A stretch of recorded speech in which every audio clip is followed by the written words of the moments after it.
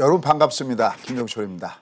자, 오늘 아침에도 어김없이 일찍 일어나셔서 채널을 고정해 주신 여러분들 진심 감사드리고요.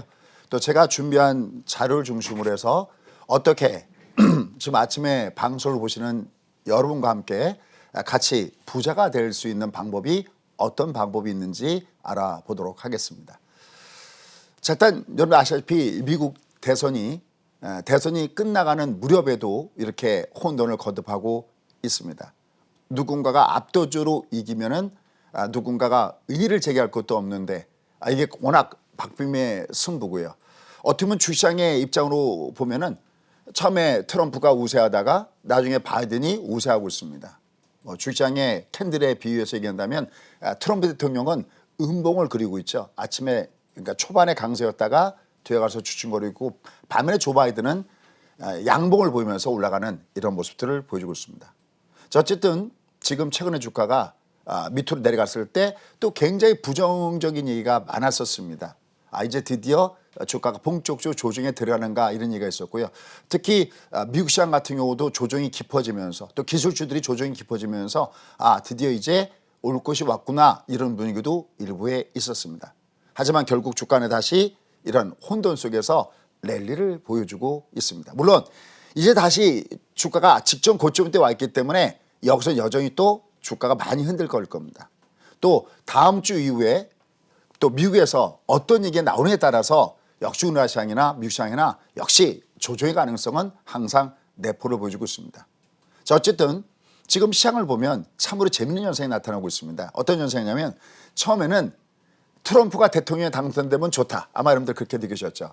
그래서 조 바이든 되면 왜 안 좋으냐 그러니까 조 바이든 되면은 지금 아시다시피 세금을 예서 법인세 같은 경우도 35%에서 21%로 14%나 내려놨죠. 근데 조 바이든이 대통령이 당선되면 얘를 다시 14%의 반 7%를 법인세금을 올린다 해서 이 부분도 부정적으로 처음에 다가왔었고요. 그다음에 또 하나 더 큰 게 있죠. 바로 빅테크 기업들입니다. 이 빅테크 기업들이 너무 소위 독과점이다. 그래서 기업을 쪼갠다. 이런 얘기까지 나오면서 야 그래 트럼프가 되면 좋아. 그래서 올라갔었습니다. 처음에. 당연하게 생각했었죠. 그런데 그다음에 또 조 바이든이 우세하면서 올라올 때 또 올라올 때는 어떤 얘기가 나왔습니까? 조 바이든 당선되면 대규모 부양책이 나올 거야. 그러면서 올라가고 있습니다. 그러면 가만히 시장을 보는 입장에서 보면 이거 뭐야. 트럼프가 돼도 올라가 거기다가 핑계를 대고 또 조 바이든이 올라가면 조 바이든이 되는다가 핑계를 대고 결국 결론은 뭐냐면 쓸데없는 얘기라는 거죠. 조 바이든이 되든 트럼프가 되든 여기에 공통 분모가 있다는 겁니다. 오늘은 바로 그 공통 분모를 우리가 찾아보려고 합니다. 자, 그러면서 이제 더욱더 중요한 것이 있습니다. 이미 이 앞에 전주에 이렇게 그런 말씀드렸어요. 주가가 또 밑으로 내려가고 일부 종목에서 소위 담보 부족 계좌가 나오면서 주가가 급락하다 보니까 굉장히 투자 심리가 안 좋았습니다. 그럼 지난 3월 달처럼 똑같은 그런 장이 올 것인가? 라고 했습니다. 제가 맨 끝에 이렇게 보여드린 것이 있었죠. 그것이 아니다 그러면서 제가 모건스탠리에서 글로벌 투자 마켓에서 한국 시장을 보는 그 부분을 보고 여러분께 이 장은 오히려 여기서부터는 오히려 매수 찬스가 된다라는 말씀도 여러분께 드렸어요. 자, 그럼 이제 우리가 이제 앞으로 어떤 것들을 우리가 봐야 되는가? 미국 대선이 혼돈 속에 랠리는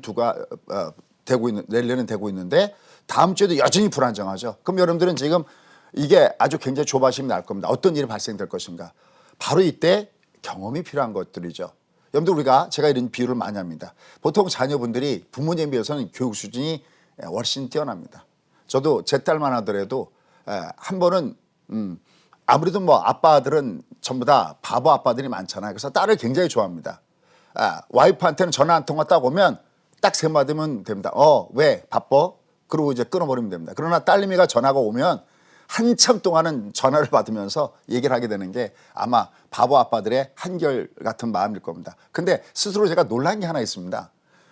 집사람하고 딸내미하고 둘이 싸움을 딱 붙었는데 제가 어떤 마음을 갖고 있었냐면 언제든지 내가 들어가서 집사람을 좀 도와줘야겠다. 와이프를 좀 도와줘야겠다. 정말 그 마음이 딱 생기더라고요. 그런데 거의 몇십 분 동안을 둘이서 말다툼하고 있는데 그래도 제가 직업이 30년 동안 그래도 연구와 강의를 통해서 다져진 나름대로의 훈련된 하나의 강사라고 할까요? 그런데도 그 틈을 끼어들 틈이 없었습니다. 그래서 제가 그 싸움이 끝난 다음에 와이프한테 딱 한마디 했습니다. 여보, 무조건 딸내미랑 붙으면 튀어. 절대 붙지 마. 둘이 앞에도 안 돼. 그럽니다. 전 저희 수강생한테 그런 얘기를 많이 합니다. 잘하시는 분들 많이 계신데 또 덜 잘 못하시는 분들은 제가 항상 그 얘기해요. 뭐 잘하시는 분들도 마찬가지로 여러분보다는 여러분 자녀분들이 더 잘합니다. 합니다. 그 똑똑한 그 여러분들의 아들, 딸, 특히 따님들께서 어떤 현상이 생기느냐. 최근 저희도 그런 비슷한 것을 제가 느끼는데 잘났다고 결혼한 다음에 자기 신랑하고 먼 데 가서 삽니다. 그런데 애 날쯤 되면 혹은 애를 낳게 되면 어떤 성향이 생기냐면 주로 부모님 가까이에 이사할 때 가까이 들어오는 경향이 생깁니다. 왜 그럴까요? 부모님이 똑똑해서? 아니요. 애를 키우다 보면은 미처 자기가 배우지 못했던 경험하지 못했던 그 많은 일을 겪게 되는데 바로 그것을 누가 해결해 주냐? 바로 부모님, 특히 엄마가 해결해 주기 때문입니다. 요새 저희 딸내미는 저보다는 자기 엄마하고 더 바쁩니다. 왜냐하면 자기가 뭘 만들어 이제 독립해서 나가 있는데 뭘 만들어 먹다 보면 뭐 무슨 반찬 어떻게 아무리 유튜브에 뭐가 있어도 뭐는 어떻게 앞으로 더 그럴 겁니다. 즉 제가 어떤 말씀을 드리고 싶었냐면 제가 이런 말씀을 많이 드리죠. 지난 3월 달 주가가 대폭락을 보였을 때 제가 만약에 투자에 검이 없었다면 저는 3월 달에 그 공포스러운 분위기 속에서 여러분께 감히 인덴의 기후제가 통하고 있습니다. 이런 얘기 못했을 겁니다. 저희 수강생한테 딴 한마디 했습니다. 여러분들 코로나19가 해결되기 전에 이미 주가는 저만침 가 있습니다라는 얘기를 여러분께 드렸어요. 왜 그럴까요? 이미 그 앞에 제가 실패담, 어리석은 실패담을 얘기했죠. 분명히 제가 아는 노하우를 갖고 봤을 때는 2000년도와 2001년도에 IT 버블과 그다음에 9.11 테러 사건 때문에 주가가 폭락한 다음에 주가가 뜨는 게 보이는데도 너무 공포스러웠던 거예요. 들어갈 수가 없었던 거예요. 그래서 한 중간 정도에 들어가서 그다음에 조금 정도 수익 나올 정도밖에 안 됐었습니다. 그때 저한테는 실패라고 하는 굉장히 중요한 경험이 생긴 겁니다. 아, 다음에 주가가 이럴 때 이렇게 움직이는구나. 그래서 그거를 어디다가 적용시켰느냐? 2008년도에 똑같이 급락을 줬을 때. 아니 미국이 망해간다는데 거기다 어떻게 베팅하겠습니까? 하지만 앞에 실패가 있었던 것이죠. 바로 이때 느꼈던 것이었습니다. 뒤에도 나오겠지만 주가의 바닥은 어디서 바닥이 오는가? 경기 바닥으로 주가 바닥이 오는 게 아니라 금리 바닥에서 주가의 바닥이 오는구나. 여러분 이번에 위기가 터졌을 때 제롬 파일이 0.5%, 그다음에 0.5포인트, 1포인트 금리를 내리면서 제로금리 갔던 거 아시죠? 그다음에 거기다가 각종 양적 완화. 여러분들 2008년도 금융위기 때 전 세계 8조 달러의 자금이 풀렸습니다. 이 중에서 미국이 3조 내지 4조 달러의 돈을 그때 풀었습니다. 근데 한 번에 푼 건가요? 아니죠.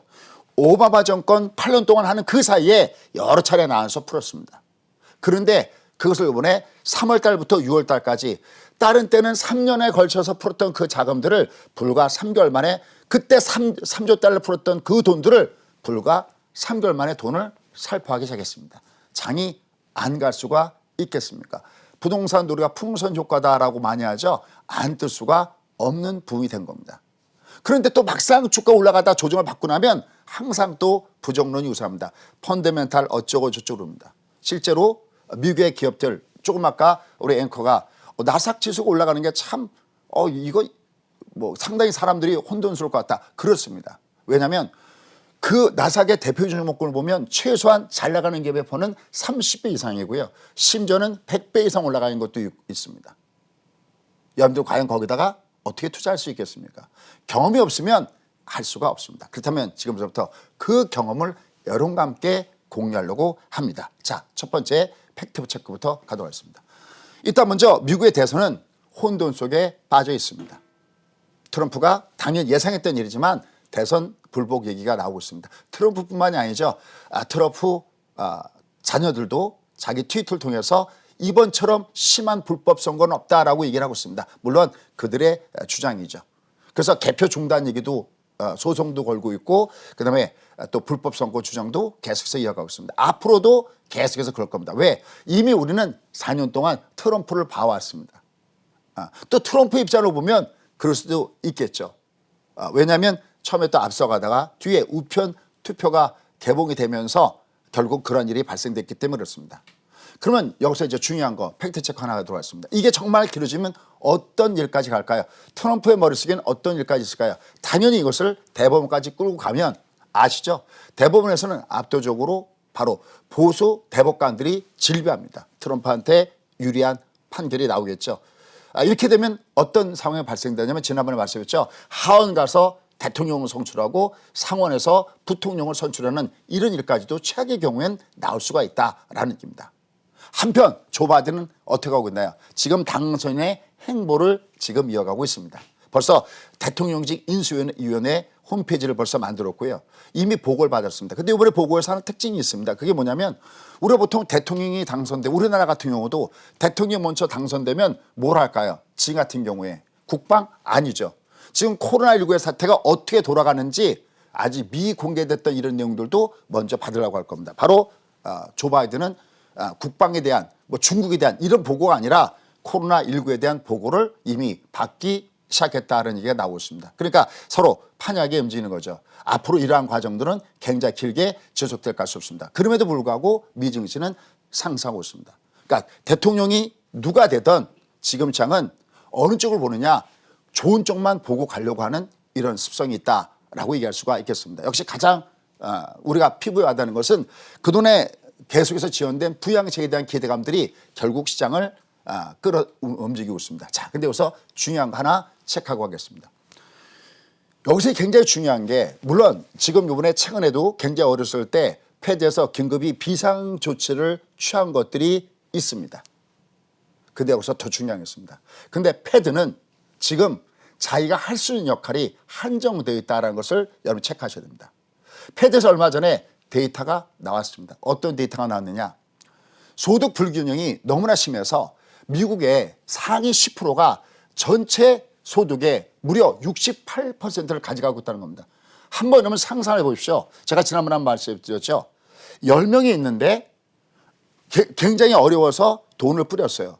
그런데 한 명이 전체 10개를 뿌리다 했을 때 한 명이 5개를 가져가고 9명이 5개를 가져간다고 하면 가정을 한번 해보십시오. 어떤 결과가 생길까요? 결국 이 돈이 골고루 뿌려줘야 이 돈을 받은 사람들이 골고루 시장에서 쓰면서 경기가 좋아지고 일자리가 늘어나고 바로 그런 효과를 선순환 효과를 기대할 수 있는데 이게 한쪽에 5개가 뿌려버리면은 쓸 수 있는데 한계가 있죠.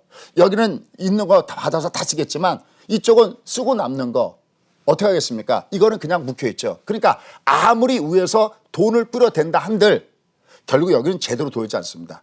이걸 설명하면서 제가 느끼는 게 뭐냐면 우리나라 당뇨 인구가 굉장히 많죠. 인슐린 저항성이 생긴다는 겁니다. 그렇죠? 딱 우리가 음식물을 먹어주면 빨리 이거를 세포 속으로 밀어주면서 우리 활동 에너지를 써야 되는 것이 바로 인슐린 역할인데 이게 인슐린 저항이 생기면 아무리 그걸 우리가 먹고 그걸 밀어넣어야 되는데 이게 인슐린이 그 역할을 제대로 못하니까 과다하게 분비가 되는 바로 인슐린 저항성과 똑같은 이런 현상이 바로 어디서 생기고 있냐? 미국에서 생기고 있다는 겁니다. 그러니까 패드 역할은 여러 가지 패드 역할을 하고 있지만 우리가 패드 역할을 어떻게 생각할 수 있냐면 우리가 예전에 헬리콥터 벤이라고 했죠. 공중에서 살포는 가능해요. 그래 여기가 위험하구나. 그러면 패드에서 어디를 소위 핀셋식으로 찍어갖고 내가 여기를 도와주겠다. 여기를 도와주겠다. 이게 아니라 무슨 얘기냐면 누구는 금리를 제로 금리를 만들어주고 누구는 금리를 0.5를 만들어주고 누구는 1%를 만들어줄 수가 없습니다. 그냥 패드에서는 똑같이 제로금리면 전체를 제로금리 마치 공중 폭격하듯이 헬리콥터 벤식으로 돈을 뿌려줄 수밖에 없습니다. 왜요? 이미 제롬파일은 알고 있습니다. 지금 가장 중요한 것은 패드가 무슨 역할을 하고 있느냐 이제 이게 중요한 게 아닙니다.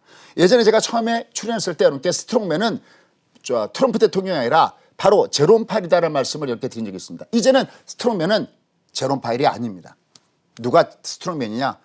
앞으로 대통령이 당선돼 그게 조 바이든이면 바로 여기가 스트롱맨으로 부각될 가능성이 없습니다. 왜냐하면 지금은 절실하게 필요한 것은 결국 우리가 경기가 안 좋았을 때 경기를 살리는 방법은 두 가지가 있습니다. 중앙은행에서 지금처럼 금융정책을 이용해서 바로 우리가 얘기하는 공중 살포를 이용해서 경기를 회복시키는 이 첫 번째 방법이 있고요.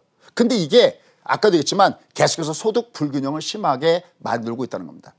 근데 이게 굉장히 문제가 되는 것이 과거에 미국이 위기가 터졌을 때 2000년도, 2001년도 위기가 터졌을 때 2008년 위기가 터졌을 때 한결같이 소득 불균형 지수가 얼마 이상을 넘어갔느냐 50을 넘어갔다는 사실을 잊지 마십시오. 근데 지금 소득 불균형이 얼마를 가고 있냐 무려 68%가 10%가 68%의 부를 가져가고 있다는 겁니다. 근로소득에 비해서 금융소득이 무려 5배나 증가하고 있습니다. 그러니까 이제 패드납니다. 더 이상 돈을 뿌려봤자 이것은 경제회복에 도움이 되지 않는 거라는 것을 패드답니다. 그래서 제롬팔이 계속 주문하죠. 어디다가 재정정책 써야 된다. 재정정책 써야 된다. 무시하면 우리가 돈을 뿌릴 만큼 뿌렸어. 이제 너희들이 적재적소에 쓸만한 데다가 써라. 여러분들 정부에서 재정정책할 때는요. 그냥 살파는 게 아니죠. 어디다가 얼마 쓰고 어디다가 얼마 쓰고 어디 얼마 쓰고 각 항목마다 나오죠. 소위 핀셋 효과를 기대할 수 있는 것이 바로 정부밖에 없고 그 어느 때보다 지금은 정부 역할이 심한 겁니다. 그러니까 소득 불균형이 굉장히 심화되고 있다.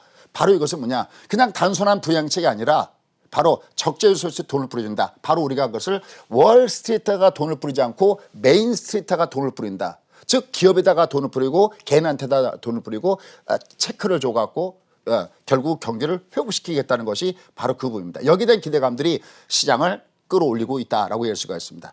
다만 시장은 어떻게 됐든 가장 중요한 거 시장은 불투명성을 아주 안 좋아하는데 그 하나가 지나가고 있다. 다만 앞으로 맥점 어디를 쳐다본다? 더 이상 패드 쪽이 아니라 재정정책 쪽 이쪽을 쳐다보는 이유가 바로 소득 불균형 심화 바로 이 부분 때문에 그쪽을 쳐다봐야 된다는 겁니다. 자 그럼 여기서 이제 본론으로 들어가도록 하겠습니다. 소재님 근데 요새 왜 조 바이든이 우세한데 왜 나스닥이 왜 올라가요? 이런 질문을 제일 많이 받습니다. 바로 우리 방금 앵커도 얘기했지만 왜? 팩트체크를 한다면 얼마 전에 민주당을 중심으로 한 미 하원 반독점 소위원회에서 뭘 했습니까? 바로 분할을 포함해서 독점 금지 조치라는 법안을 마련했습니다. 그러니까 기업이 너무나 방대해져 갖고 선의 경쟁이 제대로 안 되기 때문에 이것은 뭔가 빅테크 업체들은 쪼개된다라는 그런 얘기 나왔습니다. 그래서 실제적으로 저도 저희 수강생한테 TQQ라는 게 있습니다. 위로 올라갈 때 3배를 먹는 겁니다. 레버리지 쓰는 거죠. TQQ나 SPX를 가지고 신나게 우리가 베팅을 했었습니다.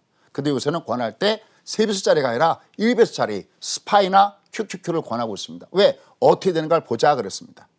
근데 왜 위로 올라가고 있을까요? 라는 겁니다. 첫 번째, 조 바이든이 대통령에 당선되더라도 역시 주가가 강세를 볼 때 가장 큰 그 키워드는 프라이머리 키는 뭐냐? 실적이거든요. 그런데 지금 3분기 실적을 들여다봐도 S&P 500의 전체적인 모양을 보면 전년 동기 대비 감소하고 있는데 기술주는 예외로 실적이 좋아지고 있다. 그럼 얘네들은 성장 가능성이 높겠구나. 조 바이든이 당선된다고 해서 빅테크 기업에서 만드는 제품이나 그 서비스를 안 받겠냐라는 거예요. 그거 아주 깜찍한 발상이죠. 바로 그 부분이 작용되고 있습니다. 그 다음에 두 번째. 사실 지금 부양책 그러는데 부양책이 필요 없는 섹터가 있습니다. 어디요? 빅테크 기업들은 부양책이 필요가 없습니다. 정부도 자산도 넘쳐오르고 있고요. 굉장히 좋습니다. 그러니까 빅테크 기업은 유일하게 부양책이 필요가 없다. 그 다음에 또 하나 세 번째 왜 이렇게 얘들이 테스형 요새 흔한 얘기 테스형 얘들이 왜 이렇게 강해? 제2의 손정희가 등장했다는 설들도 나오고 있습니다. 그러니까 일부에서 대규모 매수를 했는데 그럼 매도 때리는 색은 이게 기술적 올라가면 어떻게 됩니까? 손실이 커지죠. 그러면 실물에서 매수해야 되죠. 바로 그 부분 때문에 나스닥이 위로 올라간다라는 이런 얘기들도 같이 들어져 있습니다. 여러분 아시다시피 캘리포니아 특성상 어디랑 친합니까? 그렇죠. 여러분 아시다시피 캘리포니아는 바로 꿈을 가진 바로 신생 기업체들 스타트업들이 질변해서죠. 그래서 실제적으로 친민주 성향이 굉장히 강한 곳이 바로 여기입니다.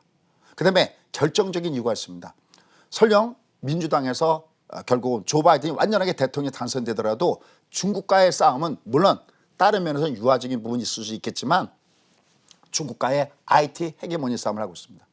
치열하게 난타전을 보이고 있는데 아무리 대통령이 예를 들어서 아니면 상대적으로 민주당에서 빅테크 기업들을 쪼개된다 했을 때 만약에 쪼개면 어떻게 될까요? 중국하고 게임이 될까요?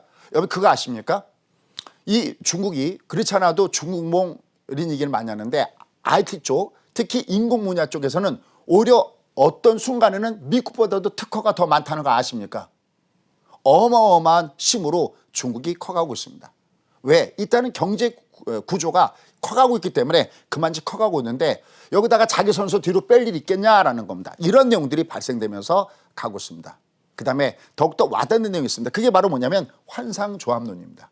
그게 뭐냐면 바로 대통령과 하원은 민주당이 가져가더라도 상원은 바로 공화당이 가져간다라는 측면에서 이렇게 되면 미국은 돈을 쓸 때는요 정확하게 행정부와 상하원이 세 군데서 일치를 해줘야 그 돈을 쓸 수가 있는데 하원에서 과연 저걸 갖다 분할하는 걸 갖다가 허락하겠냐라는 겁니다. 예전에 오바마 대통령 때 우리가 버핏이라고 그러죠. 지금 돈을 굉장히 많이 뿌려주면 처음에 여러분들 이 민주당에서는 3조 달러를 뿌리자 하고 있고 상원에서 5천억 달러만 뿌리면 된다 하고 있는 것이 왜냐하면 보세요. 계속해서 돈을 뿌릴 때 그 돈은 어디서 나오겠습니까? 세금에서 나오는 거죠. 그죠? 그 다음에 국채를 발행해야 되죠. 그러면 세금을 다시 거둬들이면 그 세금은 누가 내야 될까요? 그렇죠. 바로 공화당의 지지층. 바로 이들이 그 세금에 대한 부담을 떠안기 때문에 공화당은 저렇게 반대를 하고 있다는 겁니다. 만약에 지금 민주에서 이번에 대통령이 나오고 하원이 나왔을 때 이게 만약에 다시 버핏을 되려면 언제 2년 후에나 가능할 거라는 거죠. 그러니까 여러분들은 앞으로 2년이 오기 전에 2years가 지나가기 전에 여러분 반드시 내년에 부자가 돼줘야 된다는 겁니다. 여러분들 지금 대규모 부양책과 관련돼서 지금 반면에 악재들도 있어요. 무슨냐면 민주당이 만약에 이번에 블루웨이브가 됐을 때 긍정적인 내용은 어떤 내용이냐면 대규모 부양책을 쓸 것이다. 그러면 돈을 막 찍어낸다는 거잖아요. 그러면 국채 수익은 어떻게 될까요? 막 국채를 찍어내면 국채 가격은 떨어지고 그다음에 금리는 올라가겠죠. 그래서 실제로 블루웨이브 얘기가 있었을 때 10년 국채 수익률이 밑에 한 0.6에서 한 0.9까지 급등했습니다. 드디어 금리가 올라가나? 그랬었습니다. 그러다가 최근엔 어떻습니까? 바로 상원이 공화당이 우세하다 그러니까 또다시 국채 수익률이 밑으로 떨어지고 등락을 거듭하고 있습니다. 아주 시장을 요동치게 만드는 내용들이 바로 여기에 있습니다. 자, 그럼 이제 결론을 맺도록 하겠습니다. 여러분들 기회는 딱 내년 1월까지입니다. 자, 저는 이미 여러분께 여러 차례 각종 방송에서 출연한 데를 통해서 여러분들 내년에 2021년도에는 부자 되어야 된다는 게 참 많이 하고 있습니다. 요번에 10억 과세가 3억으로 낮춰지는 그 부분도 원상복귀가 됐죠. 그런데 설령 그게 있어도 그것은 지난 악재이기 때문에 올해 그때 위해서 베팅해야 된다. 우리가 그걸 마틴 길주하는데 요번에 레코드가 굉장히 좋습니다. 아마 그분들이 지금 이 아침에 이 방송에서 듣고 있을 겁니다. 웬만한 업체들은 바로 마틴 존에서 쏜 것이 최소한 10%, 20%씩 올라가는 종목들도 많습니다. 그럼 과연 여러분들은 내년 1월까지 내가 부자 되기 위해서 무엇을 해야 될까요? 첫 번째, 여러분의 마인드 가장 기본적인 메인 마인드는 제가 지난번에 여기 초청 강의에서 그런 얘기했지만 나는 과연 인플레이션 해치라고 있는가? 캐시 이즈 트래시. 여러분이 갖고 있는 돈은 휴지가 되고 있다. 돈가치가 떨어지고 있다. 20년 전에 677조에서 지금 이미 3077조를 이미 6월 달에 넘어섰습니다. 1억이 2억이 됐을 때 그것을 1억을 번 게 아니라 오히려 2억 5천 손해본 거다는 그 마인드를 가지고 계속 통화량은 미국뿐만 아니라 우리도 계속 통화량을 증가할 수밖에 없습니다. 민주당 정부는 소위 얘기하는 큰 정부입니다. 정부가 모든 걸 주관해서 다 하겠다는 정부입니다. 사실 트럼프 대통령이 인프라를 하겠다 했지만 실제 트럼프 대통령은 인프라 쪽에 거의 투자를 하지 않았습니다. 왜냐하면 트럼프 대통령 공화당 정부는 작은 정부예요. 그러니까 정부가 되도록이면 간섭을 줄이고 대신 뭘 해줍니까? 감세 정책이라든지 가처분 소득을 늘리게끔 해주든지 당신들이 알아서 하는 자유경제 체제의 기본이 바로 공화당 정부입니다. 그러나 민주당부는 그게 아닙니다. 시장은 불안하기 때문에 우리가 알아서 해줄게. 대신 너희들 세금 많이 내. 그래서 정세 얘기가 나오는 겁니다. 대신 너희 요람에서 무덤까지 책임줄게. 바로 이것이 진보를 추구를 하는 바로 민주당 정부, 조 바이든 정부의 기본적인 축입니다. 그럼 어떻게 될까요? 어쨌든 통화량은 계속 증가할 수밖에 없습니다. 그런데 그거 아십니까? 시장의 바닥은 두 개가 있습니다. 그 두 개의 바닥 중에서 지금의 바닥은 이제 3월 달에 하나의 바닥점 찍은 이 바닥은 이제 하나만 가지고 올라가는 바닥점이라는 것을 여러분이 보셔야 됩니다.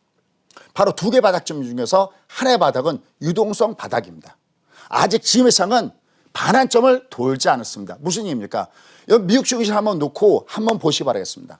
이거 아무리 제가 바빠도 이거 잠깐 보여드릴 것 같습니다. 이게 바로 미국 증시입니다. 그럼 바로 여기가 방금 제가 얘기했던 유동성 바닥이 바로 여기입니다. 바로 제로금리를 중심으로 해서 2008년도에 금리가 터졌을 때 바닥이 바로 여기입니다. 첫 번째 바닥이죠. 두 번째 바닥은 여기 지금 보이지도 않습니다. 언젠데요? 바로 여기 뒤에 나오는 2015년도 12월 달에 바로 두 번째 바닥입니다.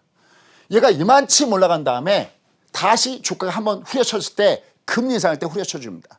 그러고서부터 또다시 주가는 랠리를 보는 거 아실 겁니다. 이거 너무 길게 보면 이게 너무 안 나오기 때문에 여기서 자른 겁니다. 이게 바로 1차 바닥의 상승일 뿐이다라는 것을 염두에 둬야 됩니다. 다시 말씀드려서 지금 장은 아직까지 반환점도 돌지 않았다라는 겁니다. 본격적으로 다음 바닥점은 바로 실적 장세의 바닥점을 봐야 되는데 그 조정은 바로 미국 시장 2015년도 12월 달 금리 인상과 같은 겁니다. 지금의 여기에 이런 모든 것들은 제가 이런 표현을 하죠. 이 또한 지나가리라 그럽니다. 이 또한 지나가지 않는 그 첫 번째 고비다운 고비는 바로 금리 인상이었습니다. 이거 이전까지는 결국은 조정은 매수에 찬습니다. 더군다나 트럼프의 노이즈는 시장 외적인 악재이기 때문에 이건 기회지 이거는 위기가 아니다라는 겁니다. 오히려 돈 많이 지고 있는 사람은 아마 그런 주문 외우고 있을걸요. 주가에 제발 빠져줘라. 왜? 더 사게. 아마 그런 마음을 갖고 있을 겁니다. 따라서 지금의 장은 계속 위아래로 왔다 갔다 할 뿐입니다. 그럼 지금은 기축장으로 뭐냐? 마지막 상방을 만드는 과정입니다. 자, 마지막 상방을 만드는 과정이라는 게 도대체 무엇인가? 이걸로 오늘 마무리할까 싶습니다. 주가는 위에서 내려갈 때 하방을 3개 주고 올라갈 땐 상방을 3개를 줍니다. 상방을 3개 준다는 얘기는 기초 분석에서 여기 박스 쳐놨는데 5일 평균선 5N자를 주면서 5상방. 이게 첫 번째 주가 올라갈 때 나타나는 신호입니다. 두 번째 올라갈 때 나타나는 신호는 여기 보시면 두 번째입니다. 22N자를 주면서 상방입니다. 그럼 지금은 뭘까요? 그렇습니다. 지금은 마지막 세 번째, 즉 60선이 N자를 주면서 올라가는 상방을 주기 위한 과정입니다. 바로 여기가 저희가 이번에 내려갈 때 여기를 마디존이라고 하고 여기를 매수 찬스에서 저희가 배팅을 잡았습니다. 이때 뭘 잡아드렸냐? 바로 레버리를 잡아드렸습니다. 왜냐면 뭐가 갈지 모르겠다. 조 바이든하고 트럼프. 그래? 그러면 종합은 가지 않느냐? 그래서 바로 레버리지를 갖고 있습니다. 그것도 2배수짜리. 여러분 제발 레버리지 공부하십시오. 좀 이따가 그래프를 보여드리겠지만 결국은 우상향하는 것은 무엇인가라는 것을 보면 여러분들의 재테크는 분명해집니다. 자, 지난주에 제가 여기 조금 공포에 쩔었을 때 이 그림을 보이면서 마감했습니다. 한국의 GDP 내년 1분기까지 코로나19 이전으로 돌아간다. 자, 오늘은 여러분께 이 그림을 보면서 저희 강의를 마감할까 합니다. 바로 경기는 우상향한다.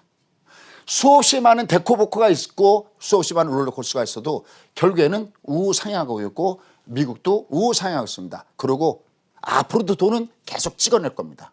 그렇다면 1월까지 지금 트럼프의 노이즈 또 우리도 노이즈 여러 가지 노이즈가 있는데 그때 과연 여러분들은 어느 쪽에 줄을 서야 과연 나는 부자가 될까요? 2021년도 꼭 부자 되시기 바라겠습니다.